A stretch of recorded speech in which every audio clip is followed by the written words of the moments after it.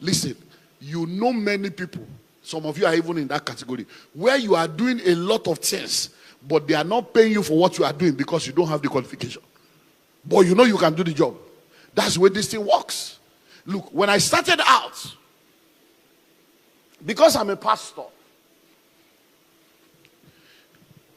I started realizing that a lot of things I could do and be paid for, people were not willing to pay me for it because they only saw me as a pastor. And I started realizing that I need to make adjustments in some of this formula. Because see, in the world that we live in, the Bible says the children of this world are wiser in their own thing than the children of light. And it says that when we go into the marketplace, we should be wise as serpents and gentle as a dove.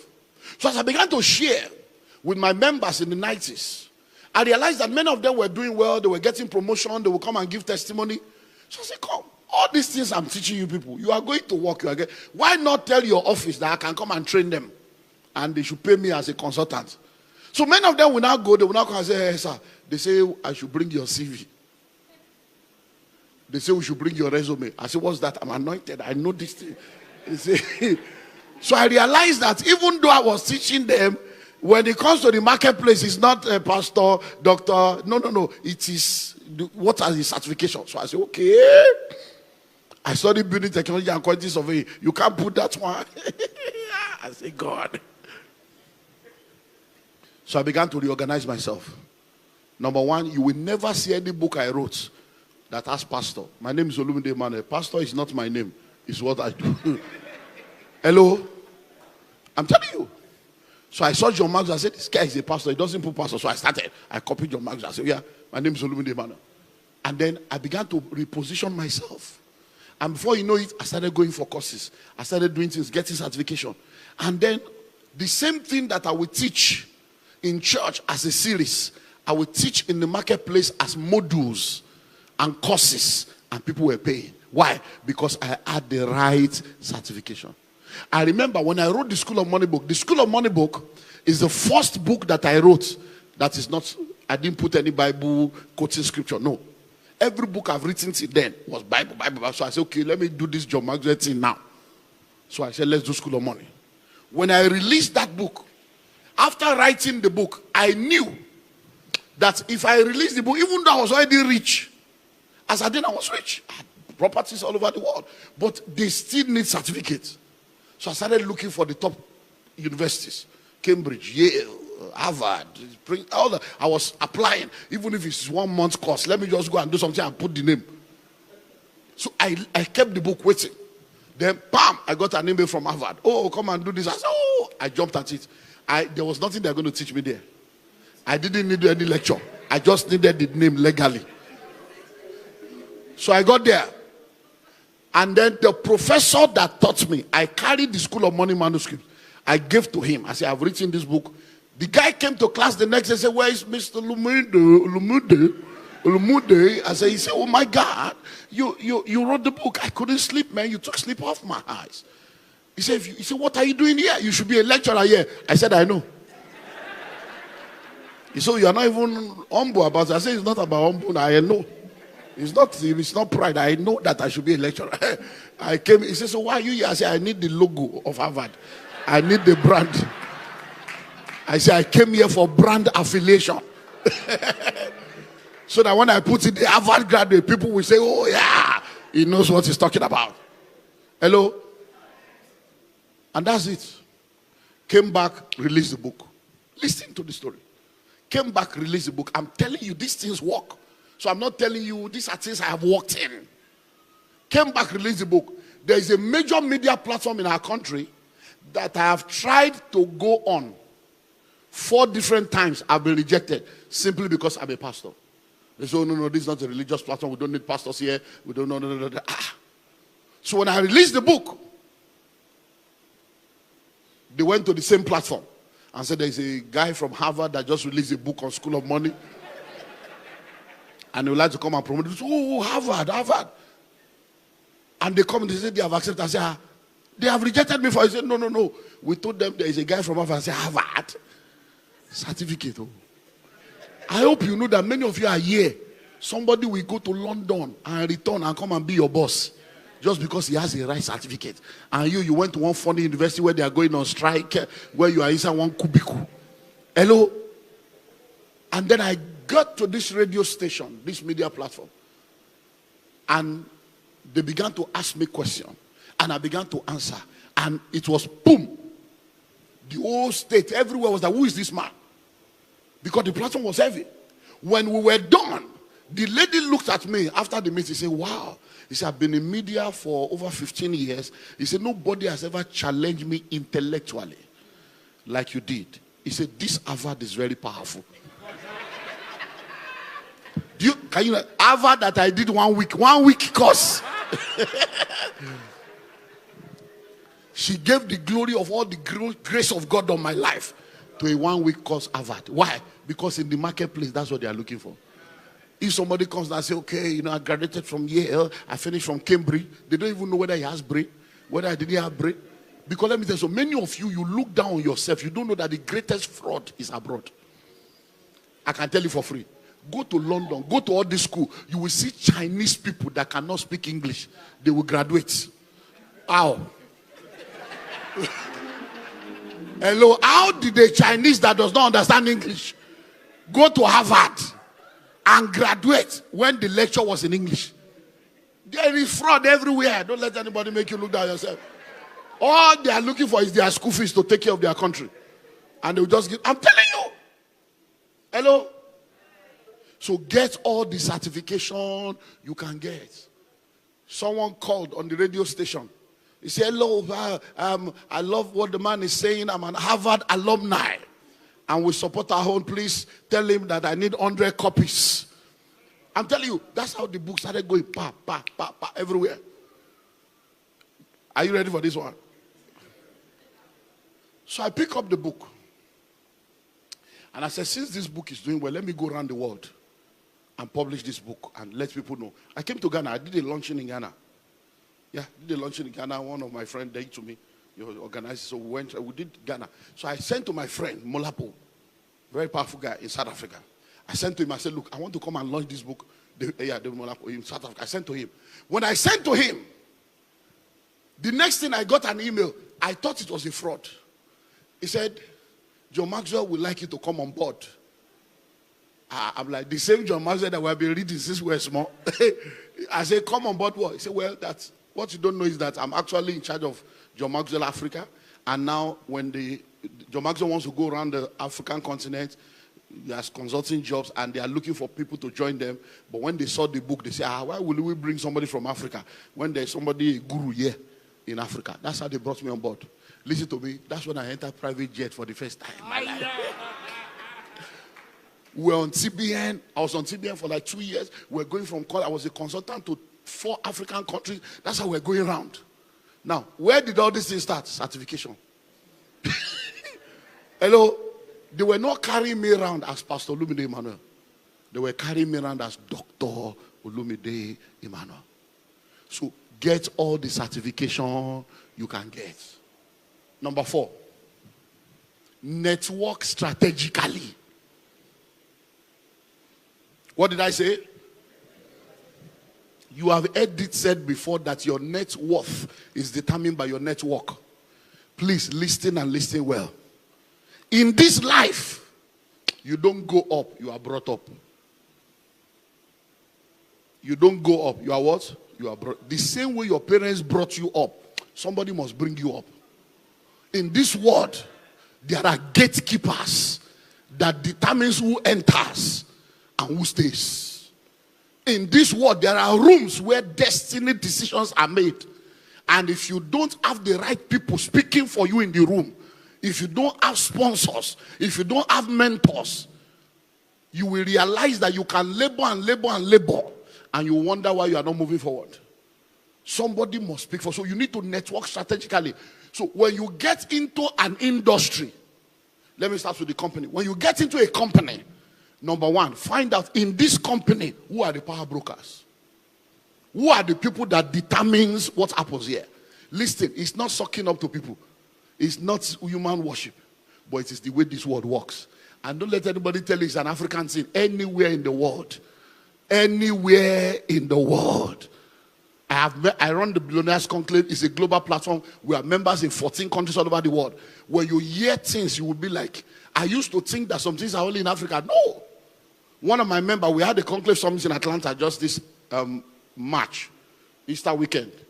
And he was sharing that, sir, that all these things you are sharing, that in fact, my wife and I, our life has changed within the last 12 months, And what had happened was, they are involved in real estate in Atlanta.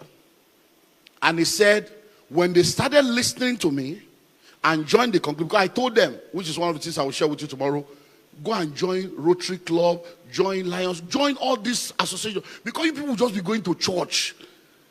And I'm asking myself, you just be going to church? I said, look, religion. So they joined this association and they became regular. They were going, before you know it, they were meeting. Because most of the people that run things are in different associations. And when you meet in association, just because you are a member, some barriers are already removed. That's how they had a meeting. One of the major power brokers said he was doing his 60th birthday and invited them for an exclusive dinner. And then they told their pastor that these people has invited us. And the pastor said, no. Be careful. Because those kind of meetings. So they called me. They said, sir, we are confused, sir. I said, what? He said, you told us that we are either in the secret court or we are in the secret place. I said, yes. He said, these people have invited us. But our pastor is saying we should be careful. I said, yes, he's right. Be careful. Be careful doesn't mean you should not go. He's just telling you to be careful. So I am now telling you, be careful and go. They went to the meeting. Man of God. They say when they got there, they were the most dressed people. Everybody was in short knicker and t-shirt. They thought it was, they had tuxedo, they had gown. They said, oh. He said when they got there, mayor, chairman of this and that, the man just introduced them. And they said this. They said there are things they have been pursuing that they have not been able to touch, that they did not even know that these people are aware. He said, the man now said, yeah, so introduced them. He said, they are the ones trying to get that property and that other property. You know, that one we discussed, they are the ones. So let's allow them. He said that was the first time he was aware that some people were even aware that they are trying to get the property. He said, when they now went to meet, I said, he said, no, that nothing moves in Atlanta without us. They say any property you are buying, if we say the bank is not giving you money, they are not giving you money. If we say you are not getting that property, you are not getting. These are people that are power brokers. Many of the prayers you are praying, all you need is one connection. Hello? So if you want to do well in the marketplace, network strategically. Don't go to church, raise shoulder. Go to office, raise shoulder. Everywhere you are raising shoulder like a peacock. Pride and arrogance will mess you up. Hello? Greet people. Smile. It's free. Smile is free. Yeah, smile. It's free. You don't pay for it. Hello? And then volunteer. Offer yourself. Say hello, how are you? Just go to the people. Hello, just to let you know, I admire you. You're learning. You know, I just want to learn anything you think I need to know. Just put yourself out there. In the marketplace, we call it top of the mind awareness. So that, because listen, you see. There are rooms that determines what happened in destiny. We can't go into all the rooms, but if you get the book, I mentioned 7 of them in the book. Everybody is born in what is called a labor room. And what happens in the labor room determines whether you will be born or you will die. And your mother alone will come out, or you will come out without a mother, or both of you will come out. Labor room is very powerful. We have all kinds of rooms. But there is one room that is very powerful. It's called the boardroom. The boardroom is where decisions about people's progress are made. Now listen. When decisions are made in the boardroom, you must have a voice. That's why you network strategically. So that when you are in the boardroom and the senior management is meeting to determine who to promote, who to transfer, you are not going to be there in that decision-making room, but you must have somebody there that is a voice for you. I sit on the board of different companies all over the world. I've been in meetings where people's destinies were being decided. I've gone to office before to sack people, and I came back without sacking them. Why? Because somebody said, sir, we can't sack him. Please, sir. The wife is pregnant. Let's have mercy. Let's give him 3 more months. My PA is here. We still discuss sacking somebody today. Today. The person is sitting down and thinking he has a job. But today, what did we conclude? Give him 3 months. He says, sir, let's give him 3 months. So I said, okay, get the other guy ready. So that in 3 months' time, we can easily replace him. So we are already getting a replacement like David for Saul. So if he does not match up in the next 3 months, he has lost his job. That is how powerful some people are. They determine who moves and who does not move. So you network strategically. There are gatekeepers. Don't let anybody be telling you, I don't need anybody but God. Be fooling yourself. You will realize that God cannot do anything in this world without human vessel. Hello? Do you know what killed Vashti? Do you know who is called Vashti? Vashti, very powerful woman of God. She ended up in obscurity because she had no voice in the boardroom. Read your Bible. Vashti did what every woman has done. There is no married woman on earth that has never said no to their husband. Not one. All men know what it means to hear no. No in different no. No, no. No is normal. Hello? Whether it's bedroom no, whether it's decision no, there is no. We continue with life. I'm tired. No, leave me. Is it food? Is that what you want? Is that the reason you are thinking about? No, no problem. Hello? So the husband says, go and call her for me. Let her come and display. And she said, no, I'm not coming. I'm busy. Read your Bible. When they told the king said, okay, no problem. Women, let's continue. The king was okay. And then that was a board meeting in the boardroom. All of a sudden, Memuka. He said, excuse me, sir. We can't continue this meeting. He said, what madam has done is dangerous. If we allow it to slide, women will begin to disrespect their husband. They were already disrespecting you, sir. You don't look for an excuse to fight your battle. You were already being disrespected. So why are you coming up with this story? But you know the amazing thing? Memukan is not the issue. Nobody in that room pleaded for her. She did not have a voice where it mattered. Somebody should have said, no, we can't do that. Keep quiet, Memukan. This is your wife, not that. No, madam is good. This just wants it. Nobody spoke for her. Strategic networking. I have a few of my guys in different parts of the world. Some of them listen, some of them don't listen. Because listen, many of you don't know how powerful money is until you have it. There are many things you never think you can do until you have money. Some people think they are humble. When you are poor, you are not humble. I can tell you for free. Because what is the basis for your pride as a poor man? You'll be humble for poverty humbles people. It's when you have money and you are humble, then I will know that you are really an humble man. So some of these guys, when they begin to touch some money, even me, they won't listen. They'll be telling me, they'll be quoting, they'll be telling me, they have read some books. You will talk one, they will talk three. And me, I just keep quiet. I say, no problem. You will learn. So one of these, my guys, left Nigeria, went to one of these foreign countries to start a business. And then I started seeing his posts on social media, all the big things he said he was doing. Then I traveled down and I met with him. I said, come, who are the members of your board in this country? So he mentioned. I said, you don't have any powerful person on your board from this country speaking for you, and you're on social media making noise. I said, listen and listen well. There are some noise that will attract trouble. And you must be sure you have the backup for that trouble. I said, this noise you're making, shut up. Or back up. So that when you are making noise, you know that you have something backing you up. And I told him, get somebody from this country that has this capacity, that has this connection, put them on your board to become part of your board so that their name will be on your website. So that because they will start checking you, and when they check you, they see the name, they say, no, he has people. They will leave you. The guy said, no, we are going to take over. We are here to take over. I said, okay, foreigner, you are taking over. Okay. What I told him to do 3 years later, they came for him. He has left the country now. He has left that country. He has left the business, left everything. I said, what happened? He said, that should have listened to your support. That he say, now when they now came for him, he now went to look for the people I told him to look for 3 years ago. The cheapest one he saw, man, said $100,000 per annum to sit on your board. $100,000 per annum to sit on your board. Something he would have done 3 years ago for 10,000, and he would not have entered that trouble. So what am I saying? Network strategically. So number one is what? Number two?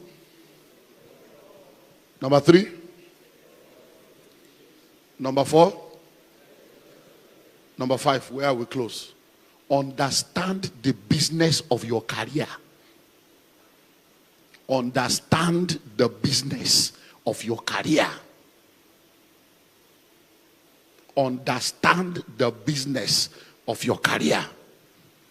I'm going to start with sports and entertainment, because that one is very common and popular for you to understand.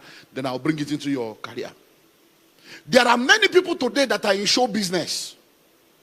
They know the show, but they don't know the business in the show. Somebody else is the one that knows the business. So you see them showing on social media with bling bling, but they are poor. They are celebrity beggars.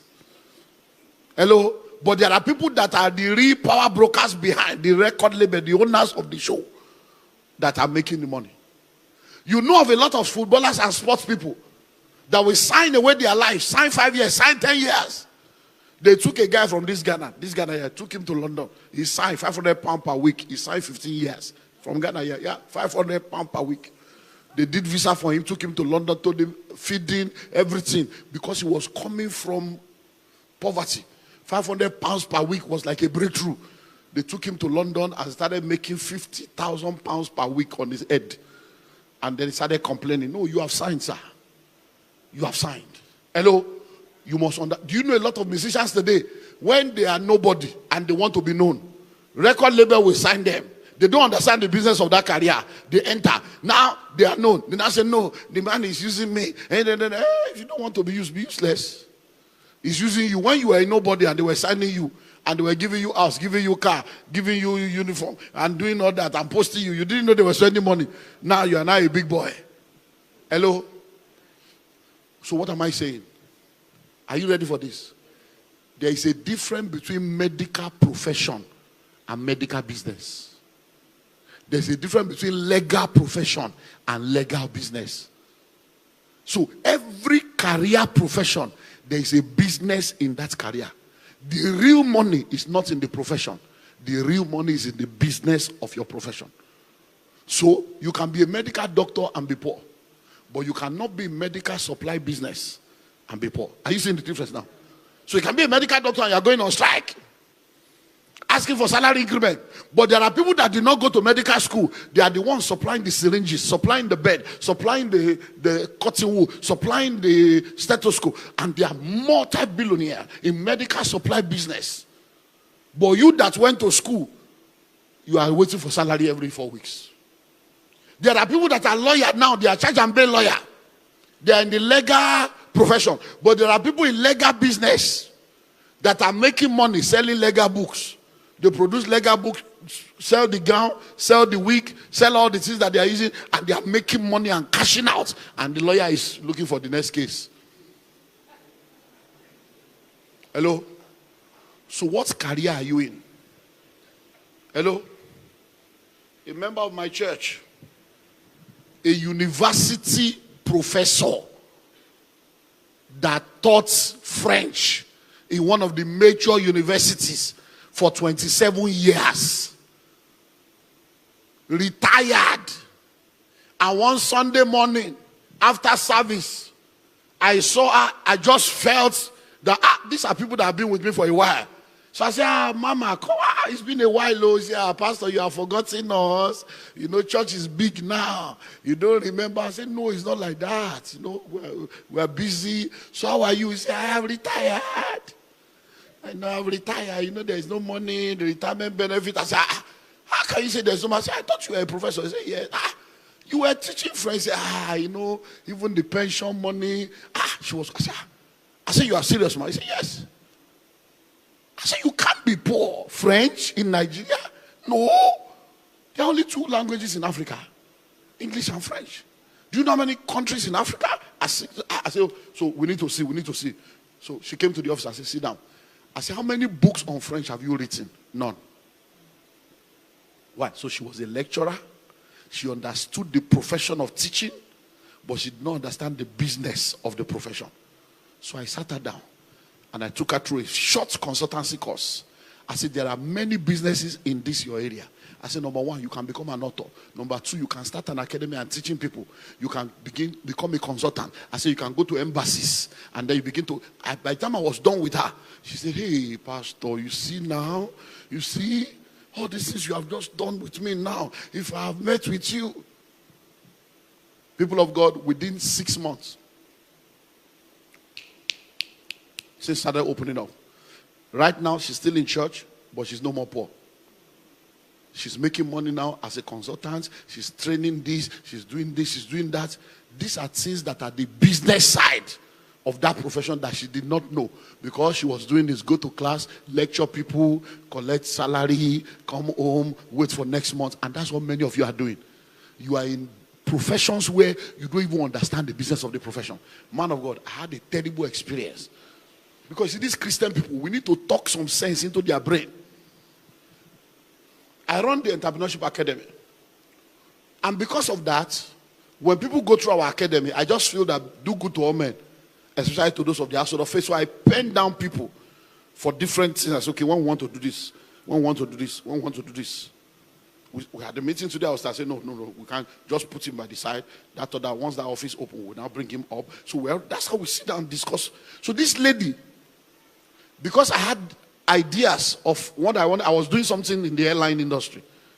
So when she came for our academy, she said in one of the discussions that she has been in the airline industry for 17 years. So I penned that down, that when we want to start our airline, we'll bring her on board. So we opened office in Sierra Leone, opened office in Dubai, got the airline, got everything we're starting. Then when we met at Dubai, I said, no, I have a lady that we can bring on board to come and be the station manager. Guess what? So I told my office, call her. They said they have been trying the number, it's not going. I said, okay, give me the number. So I called. The first time I called, it rang. So I said, hello, is this? He said, yes. I said, my name is Olumide Emmanuel. Oh my God. I said, hey, cool down. I said, he said, oh my, I can't believe it. I said, believe it. It's me. And we need to talk faster. I said, are you still in the airline? Yes, sir. Yes, daddy. I said, okay, can I come? Can we have a meeting? Oh, no. So she came. And then I got the shocker of my life. So she came, sat down. Thank God I was the only one in the office. If it was a board meeting, that's the end. So I said, my sister, you graduated from our academy. You told me you were in airline then. 17 years. I said, yeah. I said, now 19 years. So you have been, I said, so now we are starting this airline. He said, I've heard about it. I said, we are the brain behind this. We are bringing it to Nigeria. We are starting, and we need a station manager that will manage everything. So I'm thinking of you coming on board to head it. She looked at me like this. As in. She was doing like this, like a.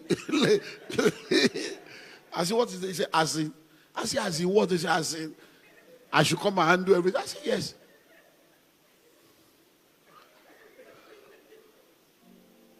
Man of God. She said, all I know is ticketing.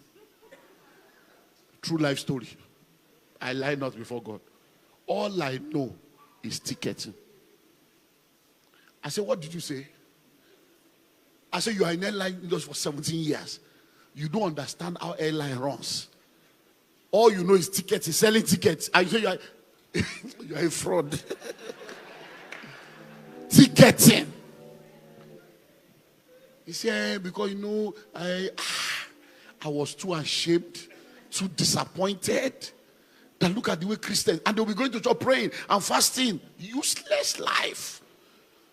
What God cannot do does not exist. Oh Lord, oh Lord, oh Lord, oh Lord. And God will be wondering, my people, open your brain. Stop all this nonsense. She said all this. She said, but she can recommend somebody for me. So she recommended a Muslim. That the boss can do the job. I said, no problem, I'm okay. God bless you. Bye-bye. And she left. I deleted the number from my phone. Deleted everything. I said, this kind of people go for deliverance. One day you wake up. What am I saying? That's where many of us are. You have been in that office for 7 years. Do you know how offices run? Technical skill is different from business skill.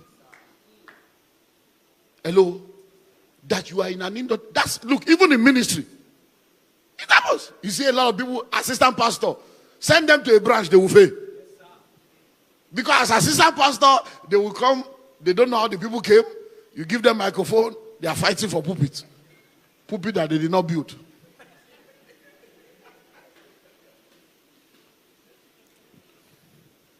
Because when you are not the pastor, you are a manager. You are not a leader.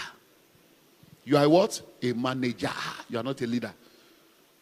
When you now send them to branch, their deficiency will be unveiled. Because they don't know what it takes to be able to engineer things. Hello? So you want to do well as a career person? Number one, start early. Number two, give it all it takes. Number three, get all the certification you can get.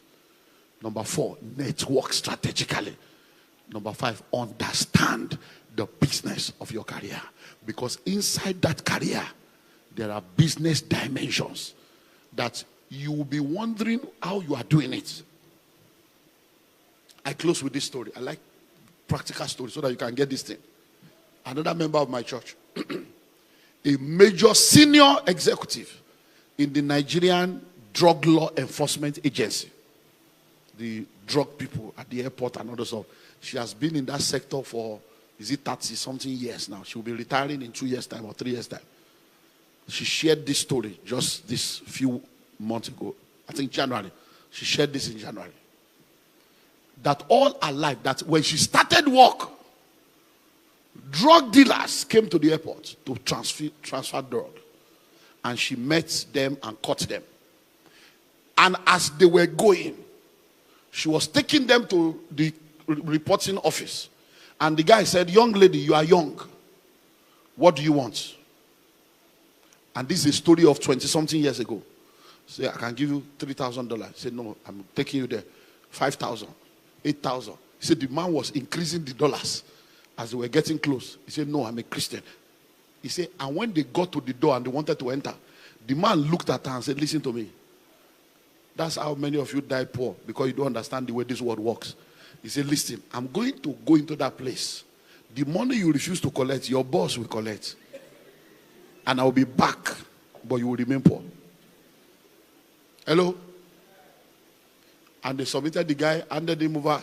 She said 8 months later or something, the guy came with another drug again to the same airport. I said, hello, how are you? You are still here? I'm out. No, I'm telling you how many of you. She said, so for over 20 years of her life, that she has been wondering. Then they joined our church a few years back. And she started hearing another kind of message. Because you see, many of you don't understand. All this supernatural you are hearing. Supernatural is a combination of super plus natural. Hello? So she joined our church and then she started hearing a different message. She said she has been frustrated that God, I've served you all my life. Is this the way I will die? And retire poor. I don't have house. I don't have anything. Then I started teaching and she started hearing. And then she began to understand what I'm telling you now. That in that same profession, there's a career.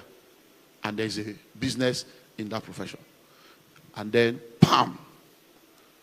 She said, I'm involved in drugs. We see how terrible drugs has been.